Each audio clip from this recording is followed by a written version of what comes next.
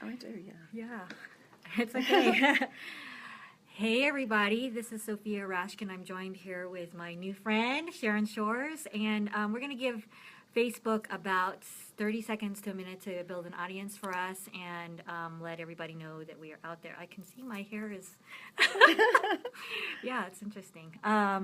But yeah, I'm very excited to be here with you guys today. Sharon and I have been talking and catching up and all kinds of interesting things. It's kind of like behind the scenes or in the locker room, what happens when two intuitives get together and the things that we see. It's very fascinating. But welcome, guys. Welcome. As you are coming on, please give us a thumbs up, a love button, something to know that to let us know that you're out there. We appreciate you guys spending the next 30, 45 minutes or an hour. I don't know how long this is going to go. We kind of let Spirit bring that message to us.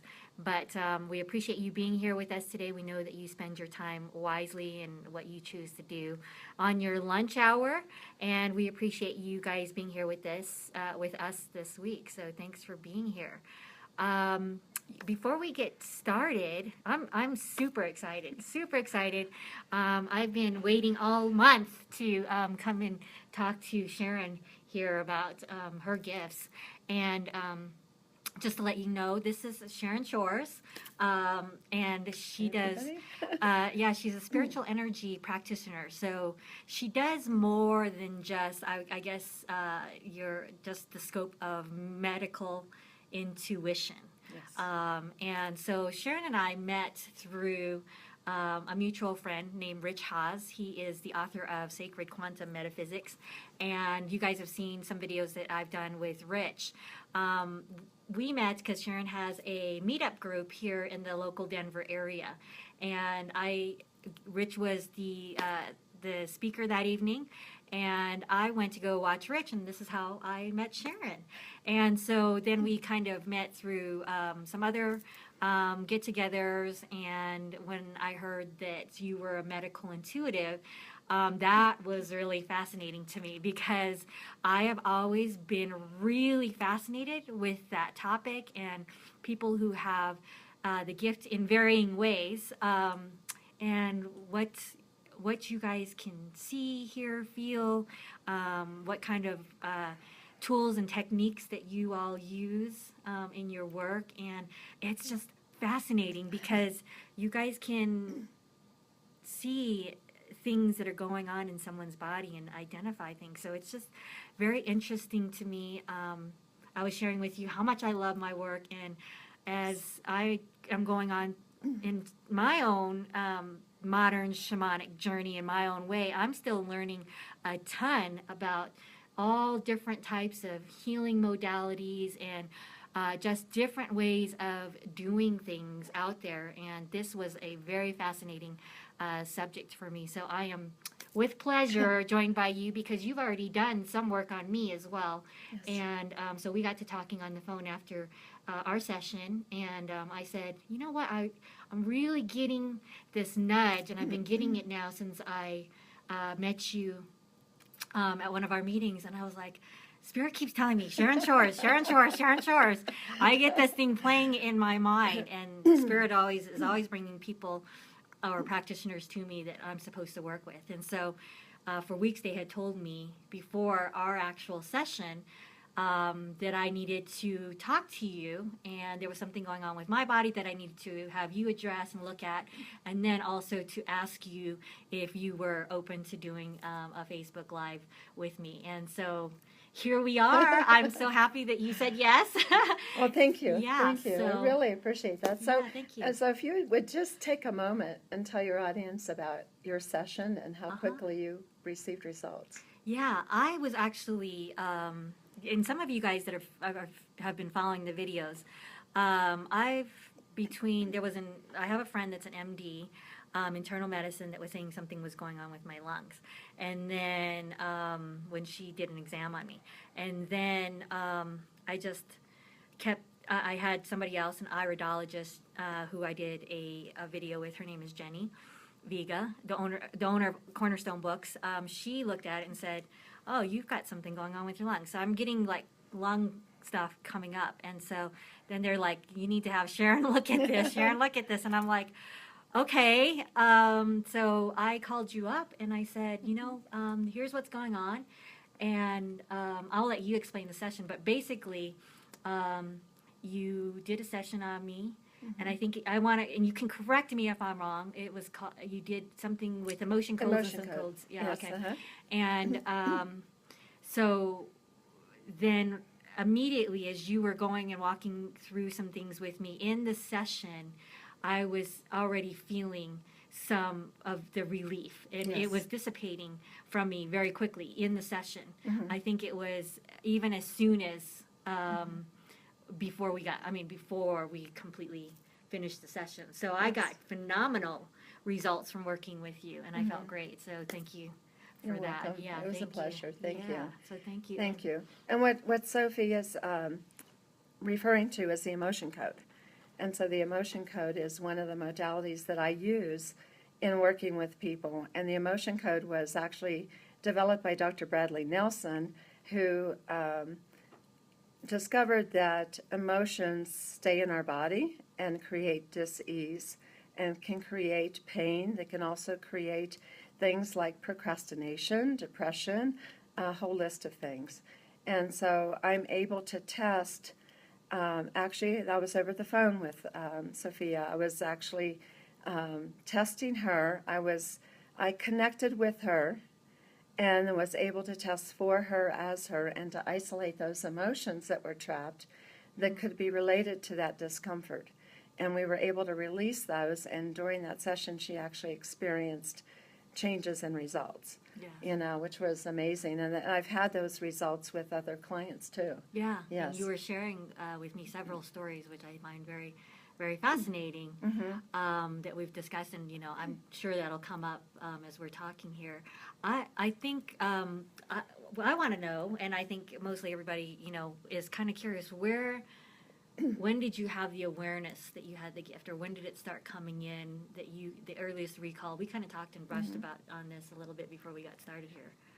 So a little bit about my background is I'm a registered nurse by education. Oh, okay. Okay. Well, that makes sense. And so I had gotten to a point in my life with my healthcare profession that I was frustrated with it, and ended up reinventing myself into the business world.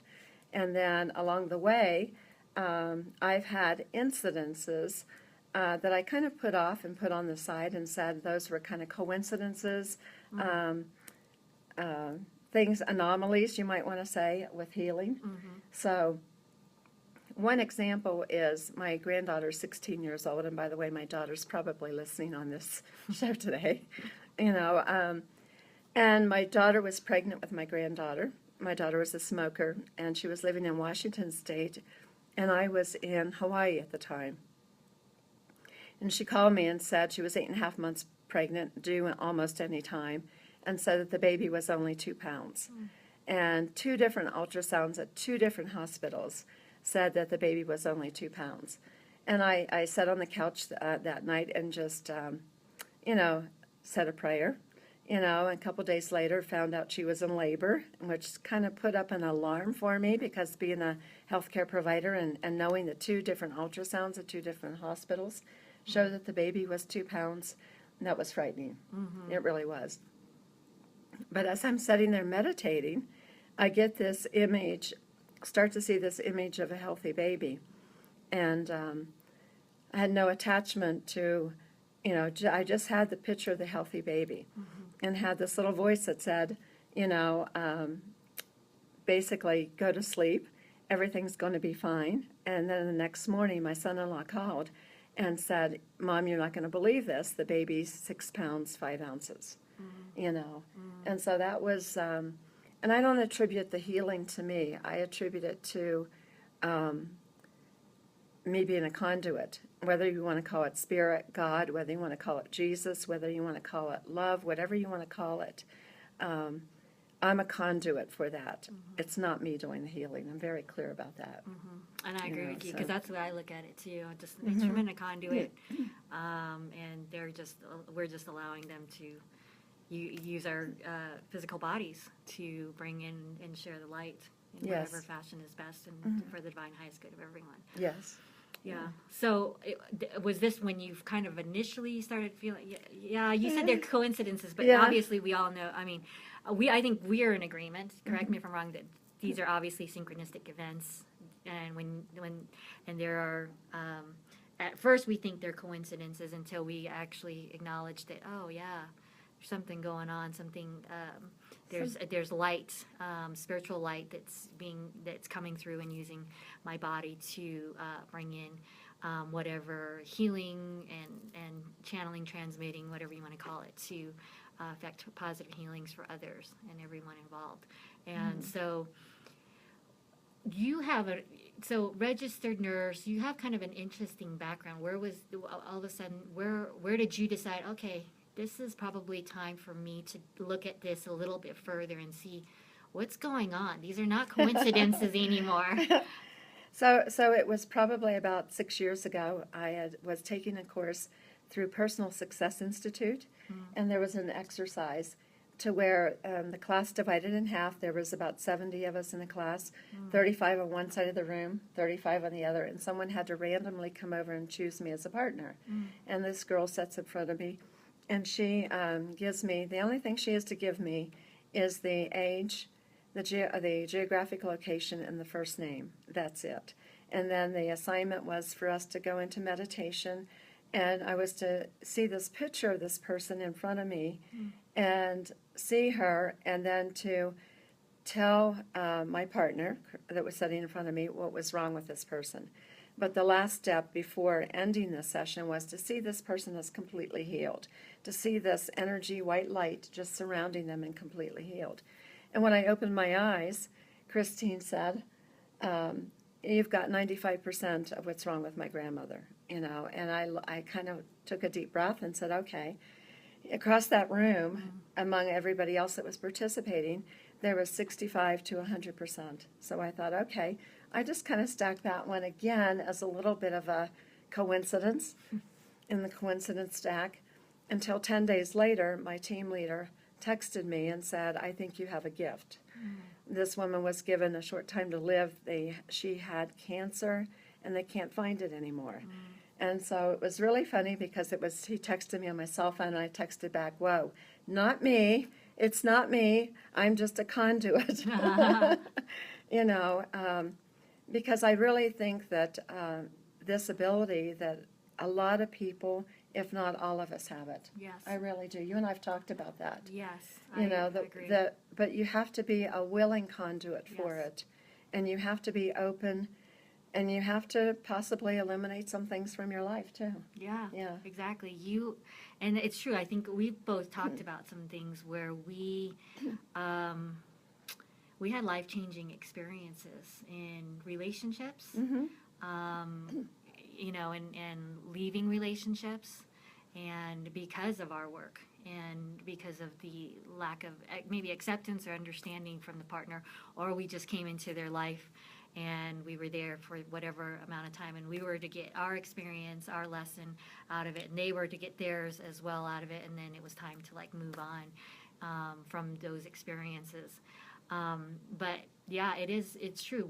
The letting go of the resistance, and letting the light and the energy come through and allow it to use our body, and getting out of the way.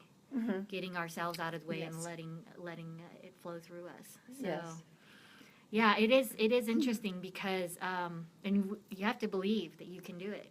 That's another part, because part of that, I think, putting it in the coincidence box and saying this is a coincidence, or this is not accepting the fact that, or it's actually having some doubt that I can or cannot do this. And then when I realized that I had more and more of those, quote, coincidences, and I began to explore then and actually go in and to study Edgar Cayce, study some of the great healers, read everything with Larry Dossey, on healing and all different kinds of healing, and studying that more and more.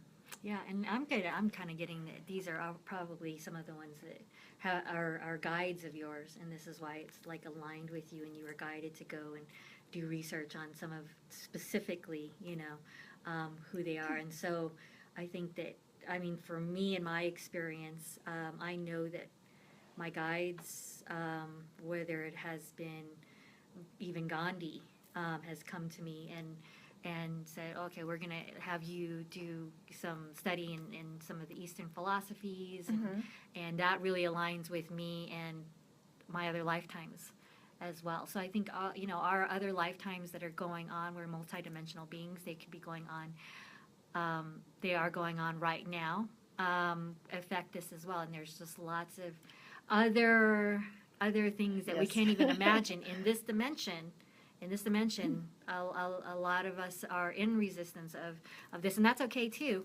There's no right or wrong about that, but there are other dimensions going on that some of us are open to seeing and allowing to come through and assist us in our journey here, and then some people don't want to look at that. They don't have that belief, and that's okay. Maybe that's all they were here to come and do, was live a life of not believing it. Yes.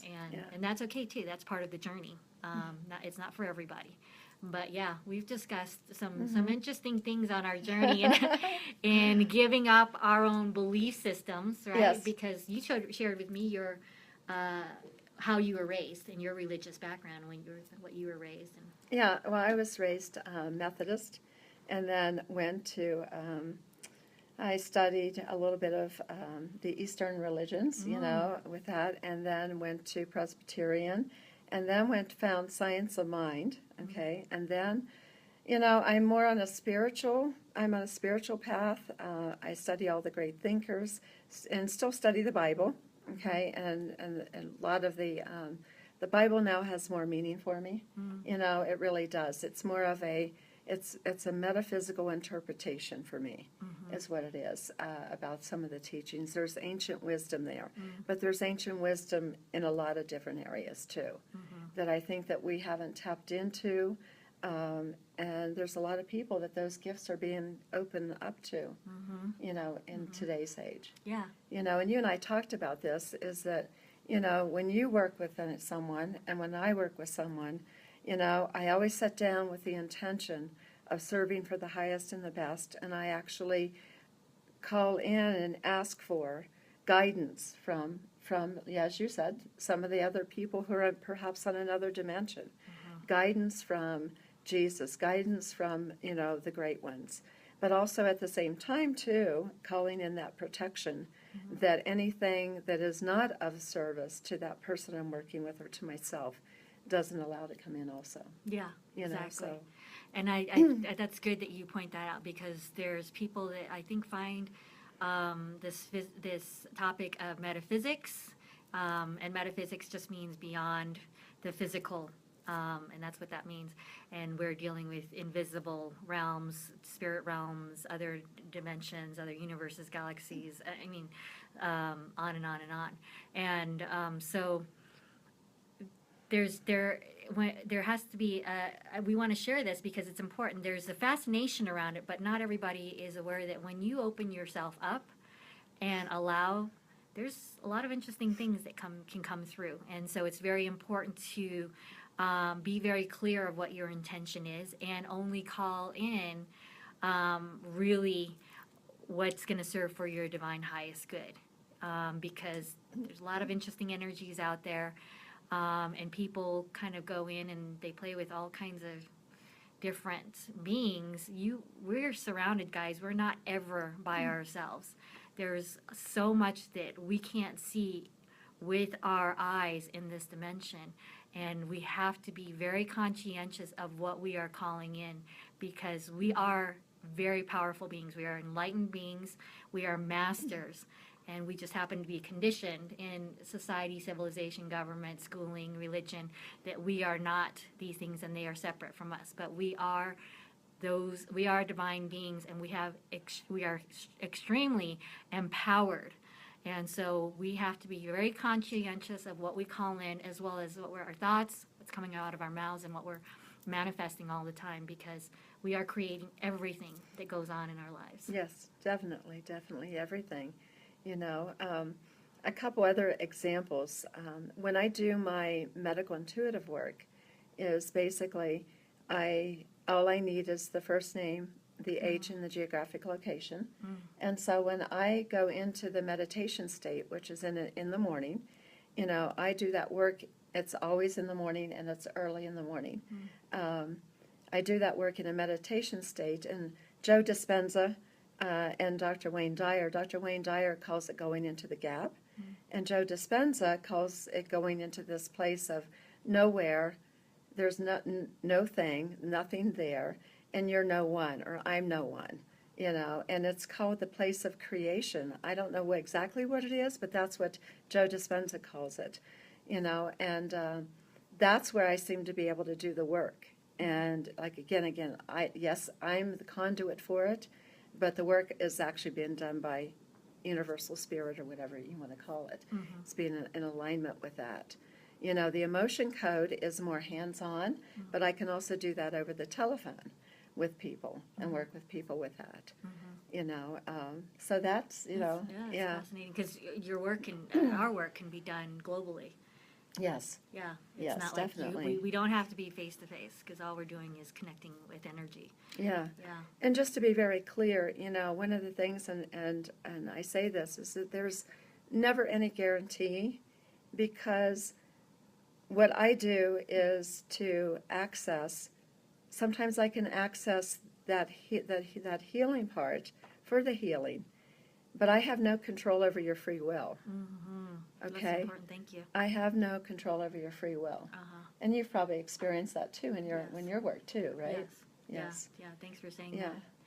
Yeah, because we're doing our best. You know, we're clearing our own. I say our own consciousness, self-projections, ego, our own expectations, any of our own belief systems, and putting them to the side, so that we allow ourselves to be completely clear conduits, and to the best and highest good. And so we call that in and clear ourselves, so that spirit can work through us.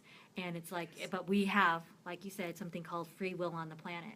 And our souls can decide and choose something completely different than what we're seeing, and it's changing constantly by the moment. Like what can happen in a session right at that moment, the person could walk out the door the next second, and it can completely change what happened in a session with either one of us, right? Because of the free will. Yeah, and the free will is really interesting, because if you have subconscious programs running under here that you're not even aware of, you know, and you know your conscious level's up here, which is only 5 to 10%, the 90% that's running down here, you know, and if you consciously want to have healing, but there's some subconscious programming running there. You know, that's where the emotion code comes in, to where I'm able to uncover some of the emotions that are associated with it. With that, I'll give you another example. A friend of mine, and she's given me a testimonial on my website, on SharonShores.com, is I did a healing session with a friend of mine whose mother's 100 years old, and they discovered that she possibly had pancreatic cancer, and that's very painful. And they didn't want to do anything. 100 years old, she's looking forward to her 101st birthday next year, you know, and she was in a lot of discomfort. And the interesting part was that her daughter gave me permission to work with her, but this person herself didn't know I was working with her. So I went into my meditation, and I asked her in my meditation, do I have permission to work with you? And she said yes. And so it's really interesting, because we're connected in this universal mind in such magnificent ways that we don't even realize. That the thoughts that we think, and you were talking about that everything that we do is out there creating the world, you know. And I was able to access and ask her permission to work with her, and I did. And I always, when I work with someone in my medical intuitive sessions, I keep a notebook, and I wrote the note down on a Tuesday, and got that there were some trapped emotions that were there, and I related them back to when she was much younger, much younger. like 75 years ago. Mm-hmm. Okay. And I was able to identify those emotions and release them on a Tuesday. That was on a Tuesday. I wrote in my notes what I had written down. And then my friend contacted me, or I checked on her a couple days later, and she said, I don't know what happened, but my mother perked up 2 days ago. Okay. And I went back, and 2 days ago was exactly when I had written down when we had released those emotions. And so, today she seems to be doing well. My friend texted me the other day when I was at the library and say, hey, my mom's coming in there. Are you still there?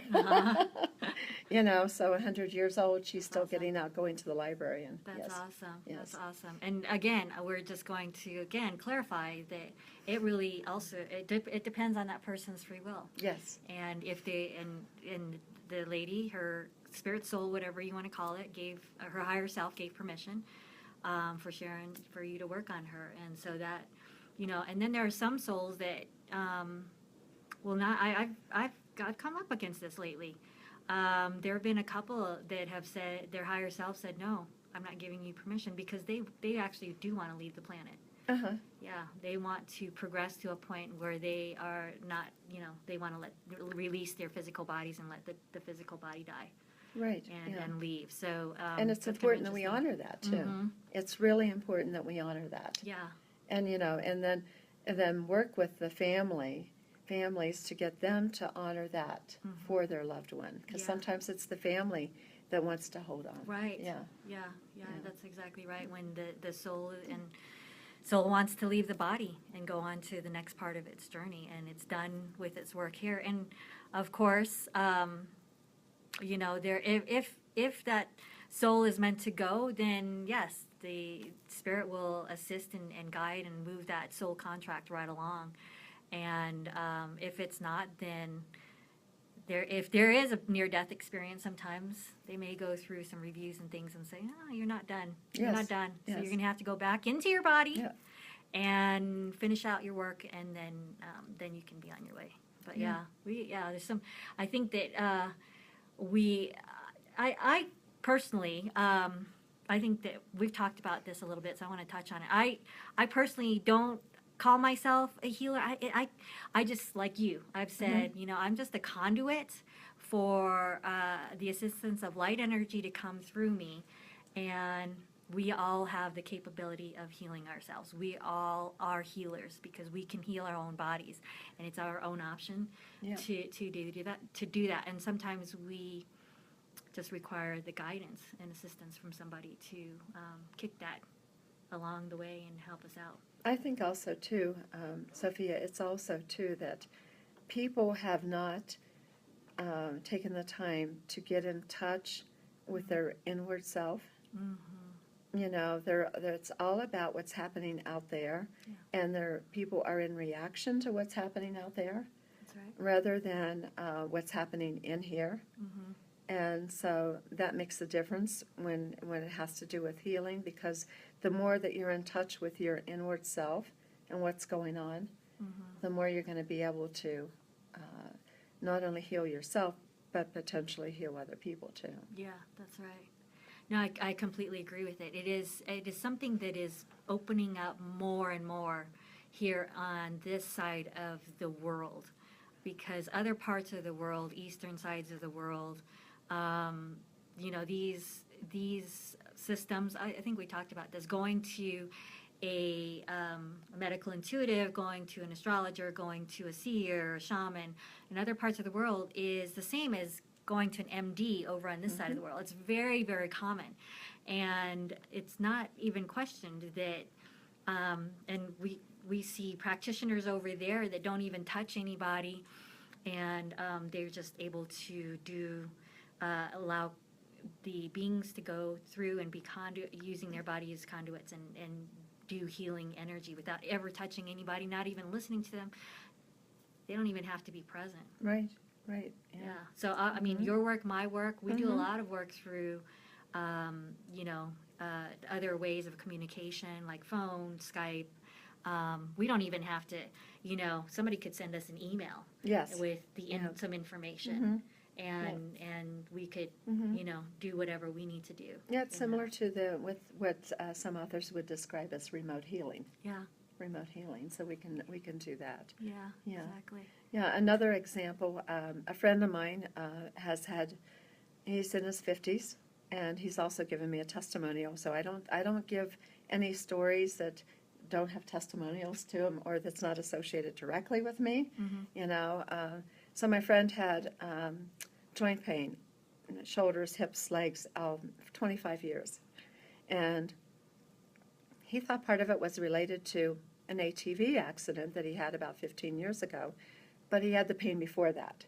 So he knew that it might have been, increased a little bit due to the ATV accident. Mm-hmm. So I was able to actually isolate the age down to something that happened at age 22. And he had an incident happen at age 22. We found the trapped emotions of abandonment, discouragement, and a couple other ones there. We released those emotions. It's now been 4 months, and he's still pain-free. Okay? So those trapped emotions were causing the pain in his body.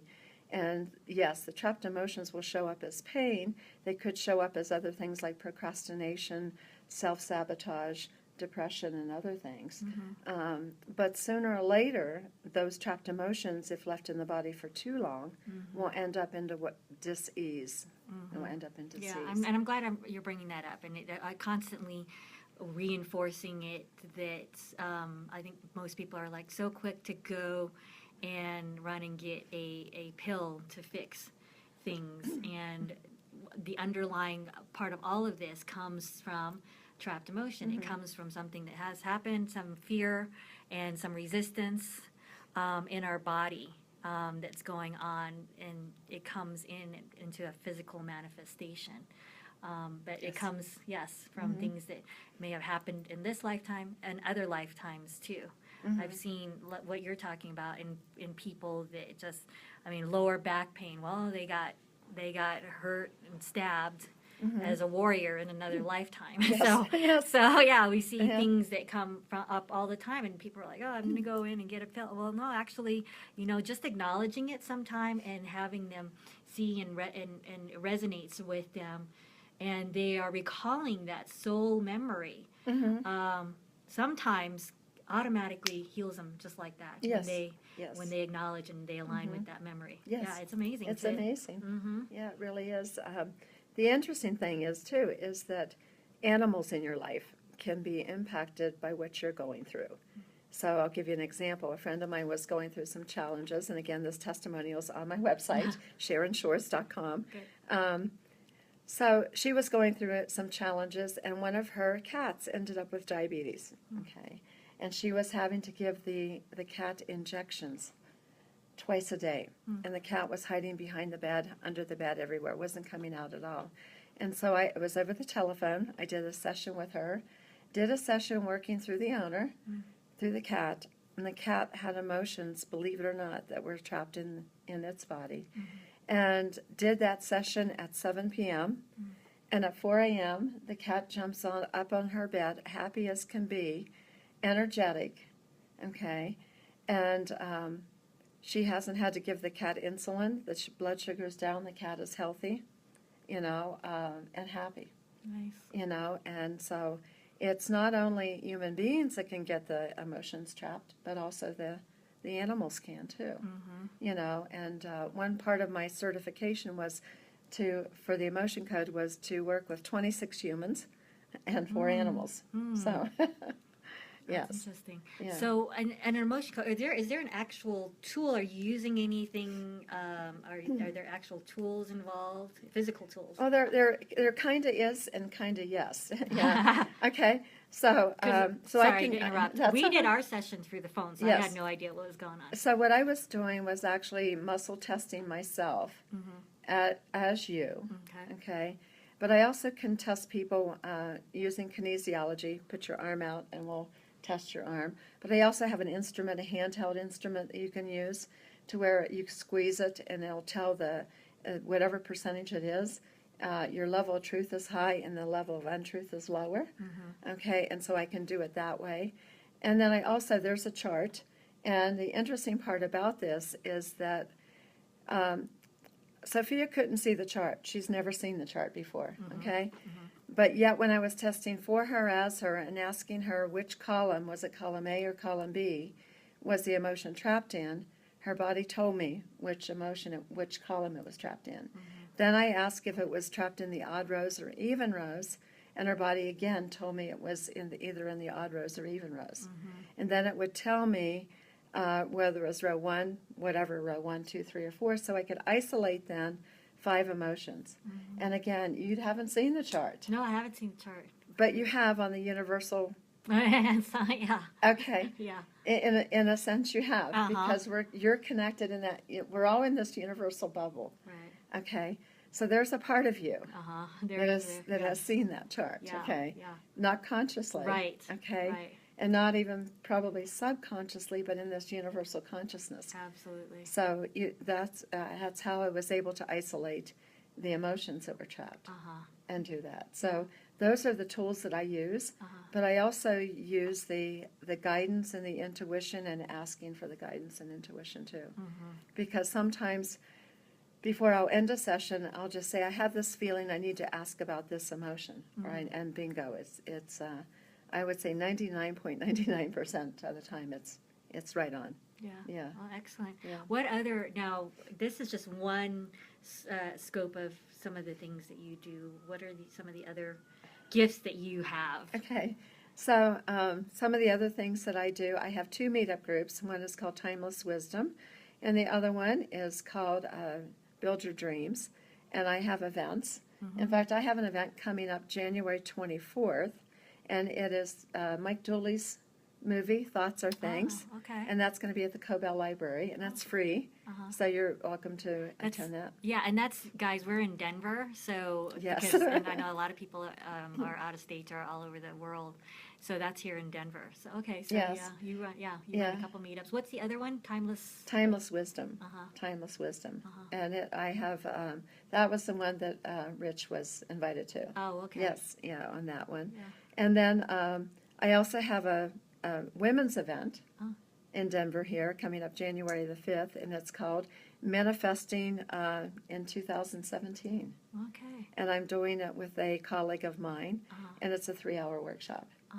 Yeah, Okay. and then in January or early February, the date's not set yet, I'm going to be showing the movie on the Dalai Lama. Oh, okay. Yeah. Oh, and, which one is that? I ordered it. I'm not sure which one it was. Is it a documentary? It's a documentary, yeah. It's a documentary. And I just got it in the mail yesterday. Oh, okay. And I'm going to schedule it at Cobell Library. Okay. I'm Yes. interested in that one. Yeah. Because I was definitely, I was alive. That was one of my other lifetimes. I was a monk during the time that the Dalai Lama actually exiled to from Tibet to India. So, I actually committed suicide as a monk when the Chinese were coming through and destroying the monasteries. And I remember it took a while because there were puzzle pieces. It was kind of fuzzy. I would get little bits of information. I was dressed up as a monk, and I was jumping off a mountain, and I was like, what am I doing? Why am I committing suicide?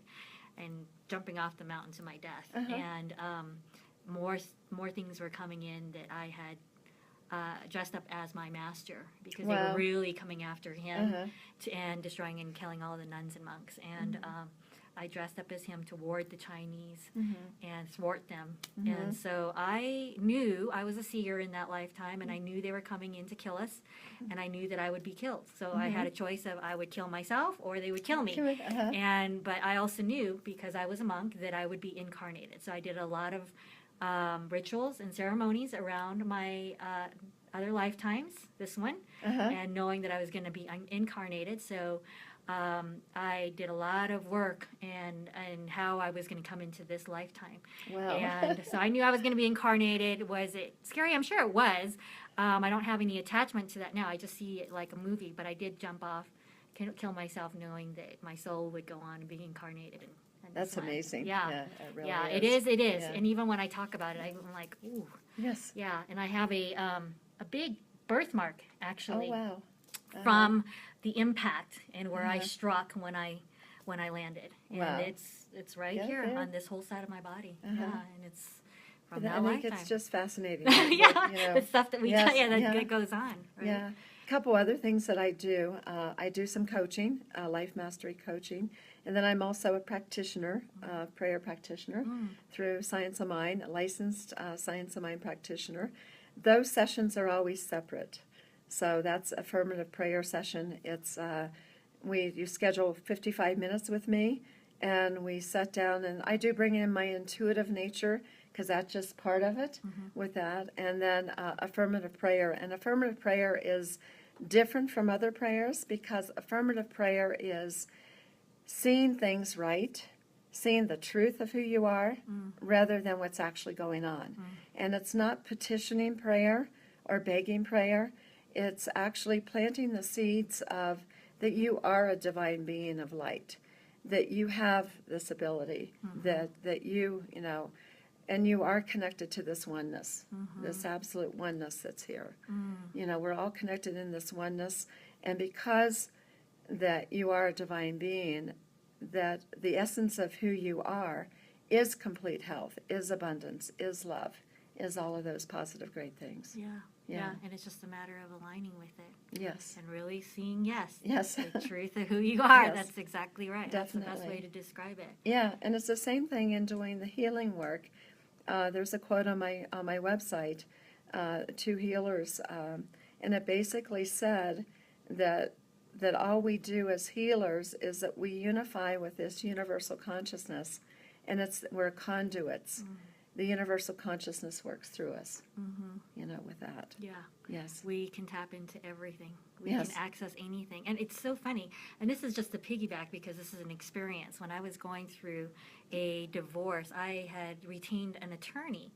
And then that first retainer, my guides were like, no, you need to let the attorney go.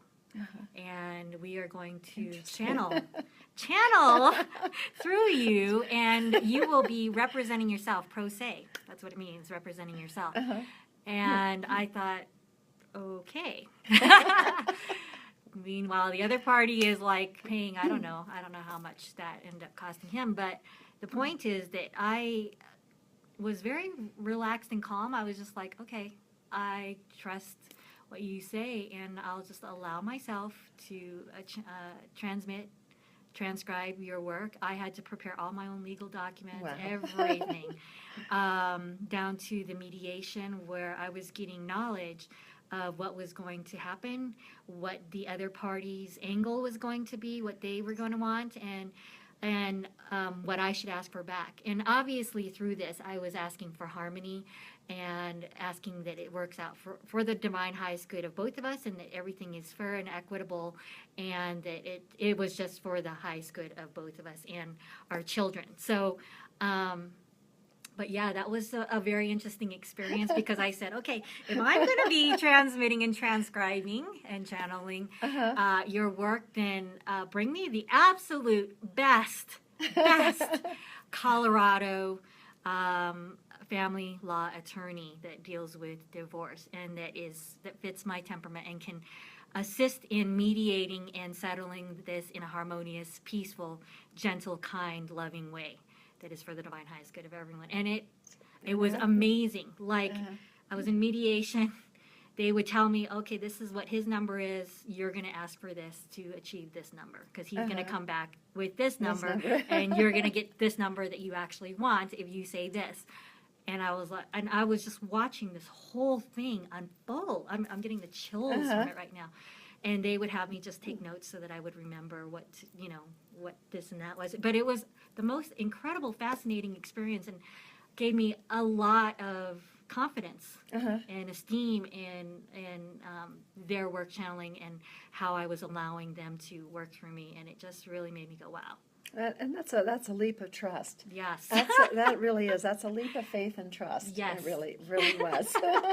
Yeah. So I walked away, and I'm still amazed. So, but yeah, we're constantly presented with opportunities, right, to have take that leap of faith, Yes. take that leap of trust, and whether or not we can get out of our own ways and allow it and say, okay, you know what, I trust that you guys are going to do this, and this is part of my path, and I'm getting something, the blessing, whatever I'm supposed to get out of it, whatever the other party is supposed to get out of it, whatever the situation is, just make it gentle and easy. Yes, yes. And we get to decide. That's Yeah, another part of our yeah. free will. We get to decide how gentle and easy we allow ourselves to make it. Well, it's also, too, one of the things that I really, truly believe, there were some experiments done. This is not only for us as individuals, but for us as a collective consciousness. We get to decide as collective consciousness how easy this is going to be or how difficult it's going to be. So, for example, there were experiments done. Maharishi University, and it was done in the 1980s and the 1990s. And what they did was they had, it was 1/10 of 1% of the population squared. Okay, so it was a very small amount of the population. So in a population of 300,000, they had 54 people meditating. And they had them meditating on peace, harmony, love, all good things. And literally in those cities, every city across the United States, the crime rate went down. They repeated those experiments at the same time of the year in the same city, you know, and people collectively meditating on good things changed the work. You know, so just as you trusted that to come through you and to work, I think we can do that also as a collective consciousness too. Yeah. You know, because, you know, if everyone's predicting doom and gloom, and if everyone's predicting all the negative things and they're putting energy into that, that's where the energy is going. You know, but if you can shift your consciousness to the energy of peace, love, and harmony, no matter what the appearances are on the outside. And that's the key, because from the appearances that you were dealing with, logic would tell you to stick with the attorney, and, you know, yes, right? Yes. On the appearances, but, you know, from the collective consciousness, be careful what we're buying into on the collective consciousness on the energetic levels, you know, and how we're reacting instead of getting quiet and going within. That's true. That's very true. I mean, just to piggyback, just to reflect back a little bit, and then to that you made a really good point. It wasn't like I wasn't nervous. I was a little nervous, but I was also very grounded. Yes. And so the fear, my level of fear was very so small, and so I wasn't going down the rabbit hole of buying into, like you said, buying into what I was seeing. Yes. There was a huge amount of trust, and to piggyback also on what you said, yeah, it just takes one person in meditation to affect. I don't know what the statistics on that are challenging, but I know it can be in the hundreds of thousands to millions of people when it takes one. So it doesn't take a very big amount of people, a very large amount of people. Like you said, a small group can affect millions of people and balance out that energy and swing it the other way. Yeah. The other thing is, I was reading something the other day too, and it was talking about, you know, you see the speed of light, okay? The speed of thought is even faster. That's The interesting. speed of thought is even faster. Don't ask me how they measured that, but, you know, I have no clue. But that's very interesting that the speed of thought is even faster. You know, it's supposedly faster than even the speed of, you know, travel, light, whatever, you know. So. Yeah. Well, thank you. Was there any? You have so much wisdom and knowledge to share with us. I'd love to do another video. We can talk about that and set up another time with you. Sounds perfect. Yeah, great. And so before we say goodbye to how does everyone how does someone get a hold of you? What's the best way? So they can go to my website. That's the best one, and that's www.sharonshores.com. Just my name, Sharon Shores. It's like seashores with the plural, you know, sharonshores.com. And you can also send me an email, sharon@sharonshores.com. And then, of course, my phone number is published on there. So it's 720-514-0623. for that. And connect with me on Facebook, connect with me on LinkedIn, connect with me on Twitter too. Yeah. So, yes, Yeah. Thank you awesome. so much. And Thank you. Yeah. Thank you. Thank Really you. enjoyed it. Yeah. Thank Me you. as well. Very educational for me as always. It just brings, I think we've done so much work in other lifetimes besides this one, I'm sure. And so here we are sharing some light Yes. again with everyone. Yes. And so I appreciate that. Yeah, I'm thank grateful you. for that. Thank Yes, you. I'm thank grateful. you. Thank you. And for those of you that want to get a hold of me, you can go to Sophia, Sophia dash, that's a hyphen, Rashkin, RASHKIN.com, Sophia-Rashkin.com. Thank you guys for joining us today. And this video will be on both our YouTube channels. If you missed some of it, you can go back and watch. And then I'll be posting it again and tagging Sharon on it on our Facebook as well. So plenty of places to get a hold of us and watch it again if you need to. Thank you for being here, guys. This is the last Facebook live video I will be doing until after the new year. So I thank you guys for being here with us. Thanks for the love heart there. Thank you for spending, I don't know what time it is, but thank you for spending your time here with us. We appreciate you being here. We know your time is valuable, and we are grateful that you are here with us. So much love. Have an awesome day. And All right. Yep, many blessings. Bye for now. Bye.